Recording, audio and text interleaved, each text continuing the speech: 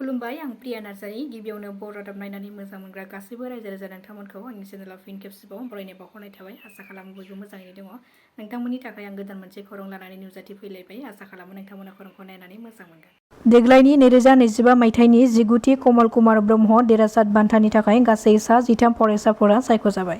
बिथांमोननि मुंफोरा जाबाय फारियै नयनमणि बर', हायुंसा बसुमतारी, मिथिसार स्वर्गियारी, गोजोन बर', भानुप्रिया ब्रह्म, निजोमगोरा बर', भिसन कुमार बर', प्रजेन बर', जोंफु बसुमतारी, शिल्पा ब्रह्म, चन्द्रिका रानी वारी, रिमजिम बसुमतारी, अलंबार बर'। बिथांमोनखौ कमल कुमार ब्रह्म बान्थानि थाखाय सायख'बाय दुलाराय बर' फरायसा आफादनिफ्राय। क'क्राझार पुलिस आरो गवालपारा पुलिसआ जथायै अपारेसन खालामनायनि गेजेरजों सानै सुरां फालांगिरिजों लोगोसे बिसोरनिफ्राय थरनै मैदेर हाथाइखौ बोखांनो हायो। हमनो मोननाय मैदेर हाथाइखौ गासै 2 केजि 500 ग्रामनि जागोन होननानै सुलुङाव फोरमायदों, नाथाय सानै फालांगिरिनि सिनायथिखौ मिथिनो मोननाय जायाखै। 12थि बावखुंग्रि फोरबोआ मैयानिफ्राय जागायजेनबाय, नाथाय बे जागायजेननाय साननि सानसे सिगांनिफ्रायनो सोरबा दुथां सुबुङा बावखुंग्रि फोरबोनि हाबग्रा गेटखौ सिफायनानै गालांदों। बे सिफायनायखौ लानानै ओनसोलनि सुबुंफोरा राजखान्थियाव लोब्बा थानाय सुबुंफोरनि आखाइ थानो हागौ होननानै सन्देह खालामदों। थारैनो बिटिआर ओनसोलाव आथिखालाव मोनफ्रोम खामानिखौनो राजखान्थि हिसाबै साननानै लानाय बा नोजोर होनायखौ नुनो मोनबाय थायो। देग्लायनि 2025 मायथाइनि मेट्रिक आनजादाव गरेस्वरनि सुक्लाय गोजौ फरायसालिनिफ्राय सासेबो फरायसाफ्रा आनजादाव उथ्रिसार जानो हायाखै। गासै 17 फरायसाफोरा सुक्लाय गोजौ फरायसालिनिफ्राय मेट्रिक आनजादखौ लिरदोंमोन, नाथाय सासेबो फरायसाफोरा आनजादाव उथ्रिसार जानो हायासै। बेखौ लानानै सोंखारिदों ओनसोलनि सुबुंफोरा। बिथांमोना फोरमायथिदों दि फरायसालिनिफ्राय बेबादि सासेबो फरायसाया आनजादाव उथ्रिसार जानो हायैआ जोबोद दुखुनांथाव आरो लाजिनांथाव जादों। बेनि दायनिगिरिया फोरोंगिरिफोरनि थाखाय जादों। फोरोंगिरिफोरा मोजां फोरोङैनि थाखायनो बेबादि जादों होननानै फोरमायथिदों। बुंनो थाङोब्ला सोरखारि फरायसालिफोरनि फोरोंगिरिफ्रा गाव गावनि फिसाफोरखौ मोजां फरायसालियाव फरायहोनानै गावसोरनि फरायसालियाव गोरिब थाखोनि फरायसाफोरखौ मोजाङै फोरोङै बा जेबो मोजां बिबान लायैनि थाखायनो बेबादि जादों होननानै गोख्रों रावजों फोरमायथिदों ओनसोलनि सुबुंफोरा। तेजपुराव सासे सुबुंखौ बुग्लिनानै गाज्रि जोखोम खालामदों सासे सुबुङा। तेजपुरनि माझगावआव बिहु फोरबोनि मुङै रां खांनायाव रांखौ खम होनायनि थाखायनो बुनानै जोखोम खालामदों।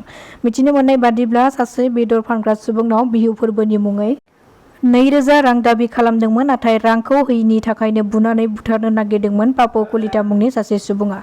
नाथाय ओनसोलनि सुबुंफोरनि हेफाजाबजों खुनुरोखोमै रैखा खालामनो हायो। जाथायखौ खालामनानै दायो दायनिगिरि पापु कलिताया खारखोमानानै दङ। बे जाथायनि हेंथायै दायो गाज्रि बुग्लिजानाय सुबुङा इजाहार होबाय होननानै खौरां मोननाय जादों।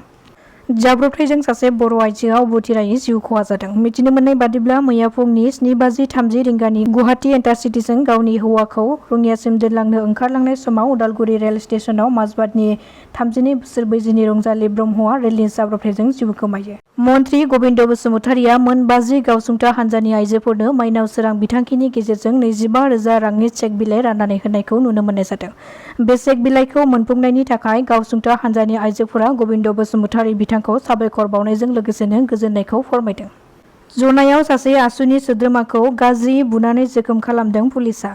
जनायनि आसुनि सासे सोद्रोमा मुङा चन्द्रकान्त बरुवा। बिथांखौ थांनाय मोनाबिलि समाव गंसे मन्दिराव नामाव जिरायबाय थानाय समावनो हरखाब पुलिस बिफानाव साख्रि मावनाय सूर्यकान्त मोरां मुंनि सासे सुबुङा जेबो दाय बा जाहोन गैयाबालानो नाख्रांनासि बोना लाबोनानै लामायाव गाज्रि रोखोमै बुनानै जनायनि पुलिस थानायाव हरसे जोबनानै दोनदों।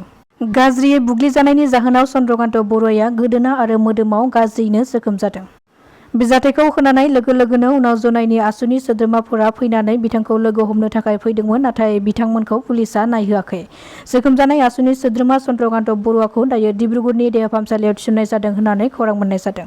बे जाथायखौ लानानै दायो जनायाव मोनसे दुंहाव थासारि सोमजिनायखौ नुनो मोनदों। बे जाथायनि दायनिगिरिखौ दायो आयेन बादियै साजा होनांगौनि दाबिजों पुलिस बिफाननि मावख'आव फैनानै गोख्रों सोमावसारदों आसुनि सोद्रोमाफ्रा। नाथाय मा जाहोननि थाखाय आसुनि सोद्रोमाखौ बेबादि जोबोद गाज्रि हालोदाव बुग्लिनानै जोखोम खालामखो बेनि सायाव सोंथि खालामदों आसुनि सोद्रोमाफ्रा। जेब्लासिम दायनिगिरि सूर्यकान्त मोरांखौ आयेन बादियै साजा होआ अब्लासिम सोमावसारबाय थागोन होननानै गोख्रों खुद्रिसारदों आसुनि सोद्रोमाफ्रा।